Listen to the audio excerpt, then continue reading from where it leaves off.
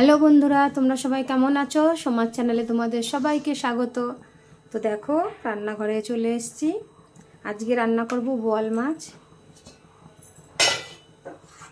এই দেখো, বোয়াল মাছটা আমি ধুয়ে টুয়ে পরিষ্কার করে নিয়েছি, আর একটু নুন, হলুদ আর একটু কাঁচা তেল দিয়ে আমি মাখিয়ে রেখেছি। যেহেতু এই মাছগুলো প্রচণ্ড পরিমাণে ফাটে, একটু তেল দিলে পরে একটু কম ফাটে, সেই জন্য একটুখানি কাঁচা তেল মাখিয়ে রেখেছি। তো দেখো, মাছগুলো বেশ ভালো বড় মাছ, আর আমি একটু আলু দিয়ে রান্না করব আজকে। তো তার জন্য দেখো, আমি যে একটু আলু কেটে নিয়েছি। তো আজকে আমি মাছটা রান্না করব, পেঁয়াজ রসুন দেবো না, পেঁয়াজ রসুন ছাড়া রান্না করব। তো কিভাবে রান্না করি চলো তোমরা দেখো।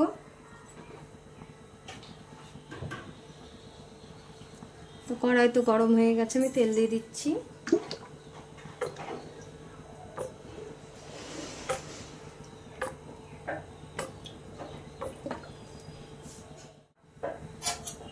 তেল তো গরম হয়ে গেছে, মাছটা ছাড়বো।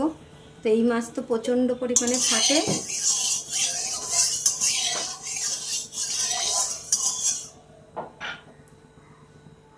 তো জালটা একটু কমিয়ে তারপরে আমি মাছ ছাড়বো।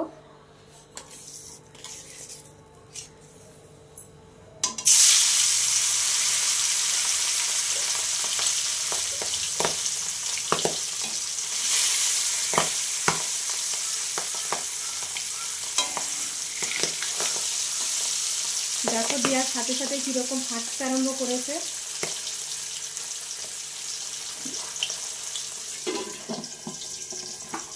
দেখো, মাছগুলো দেওয়ার সাথে সাথে এত পরিমাণে ফাটছে। আমি এরকম ঢাকা দিয়ে ভেজে নেব মাছগুলো।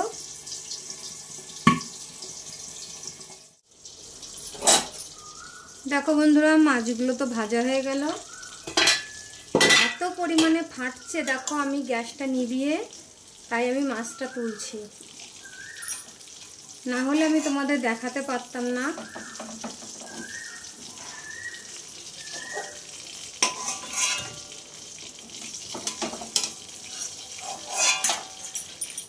এই দেখো, মাছগুলো আমি ভেজে নিয়েছি।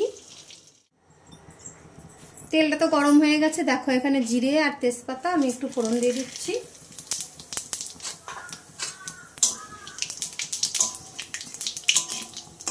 আজকে মাছটা তো পেঁয়াজ রসুন ছাড়া রান্না করব, তোমাদের বললাম।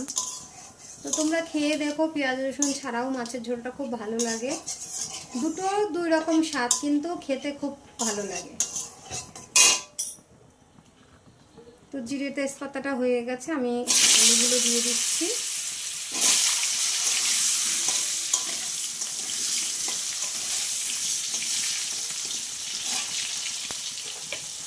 আমি আলুটা একটু ভালো করে ভেজে নেব।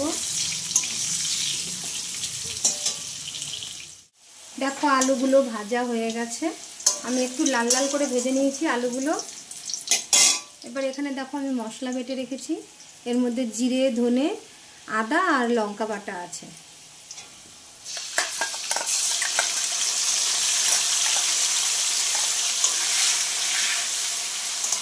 খুবই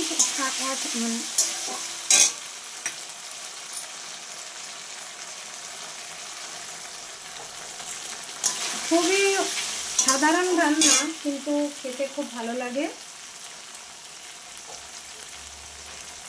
বোয়াল মাছ খেতে তোমরা কে কে ভালোবাসো কমেন্ট করো কিন্তু।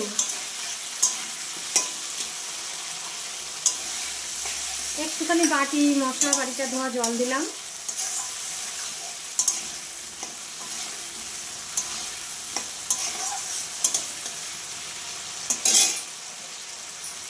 মশলাটা একটুখানি জল দিয়ে কষালে ভালো কষানো হয়। দেখো, আমি পরিমাণ মতন লবণ দিয়ে দিচ্ছি।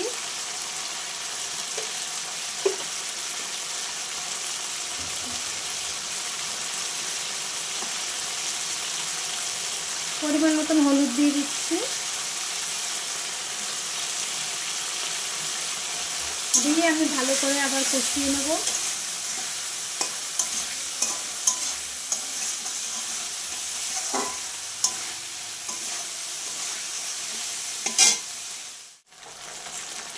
খুবই সাধারণ রান্না, কিন্তু খেতে খুব ভালো লাগে। বোয়াল মাছ খেতে তোমরা কে কে ভালোবাসো কমেন্ট করো কিন্তু।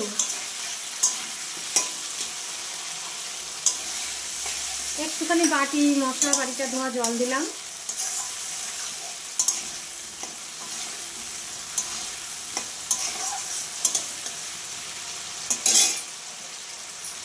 মশলাটা একটুখানি জল দিয়ে কষালে ভালো কষানো হয়। দেখো আমি পরিমাণ মতন লবণ দিয়ে দিচ্ছি।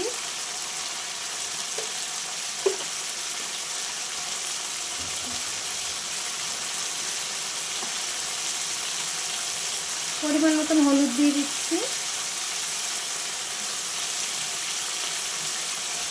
দিয়ে আমি ভালো করে আবার কষিয়ে নেব।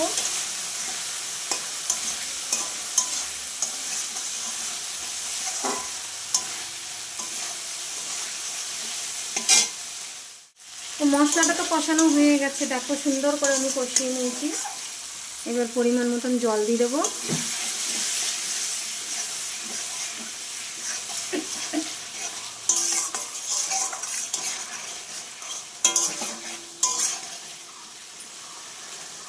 আমি অল্প করে একটু জল দিয়ে ভালো করে মশলাটার সাথে মিশিয়ে নিলাম। নিয়ে তারপরে আমি পরিমাণ মতন জল দিয়ে দিচ্ছি।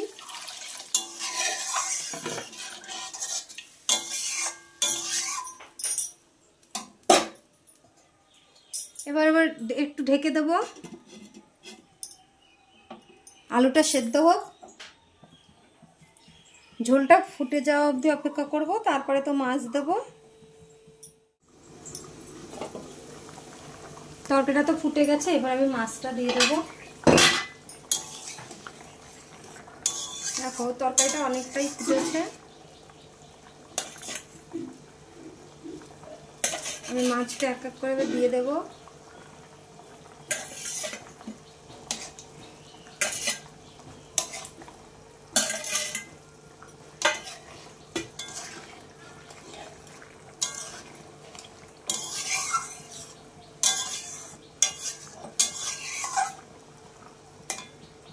দেখো আমি মাছ দিয়ে দিয়েছি, তরকারিটা আমি আবারও একটু ঢেকে দেবো ফুটুক।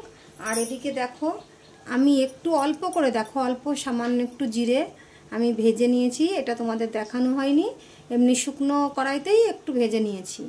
আর এই দেখো গোটা গরম মশলা নিয়ে নিয়েছি। আমি এই জিরেটা আর এই গোটা গরম মশলাটা আমি একসাথে বেটে নেব। তো তরকারিটা ওদিকে ফুটুক, ততক্ষণ আমি মশলাটা বেটে নিই।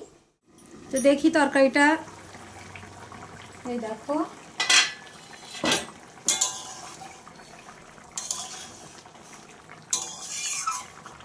তরকারিটা তো হয়ে এসছে, আর অল্প একটু ফুটলে আমি নামাবো। তো এই সময় দেখো আমি যে মশলাটা তোমাদের দেখালাম, গরম মশলা জিরে, এটা বাটাটা আমি দিয়ে দিচ্ছি ঝোলে।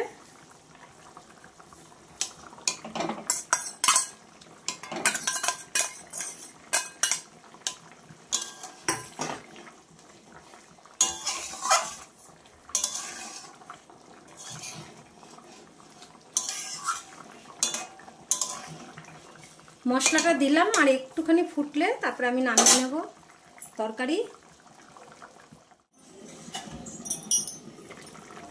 দেখো তরকারিটা হয়ে গেছে, এইটুকুনি ঝোল আমি রাখবো।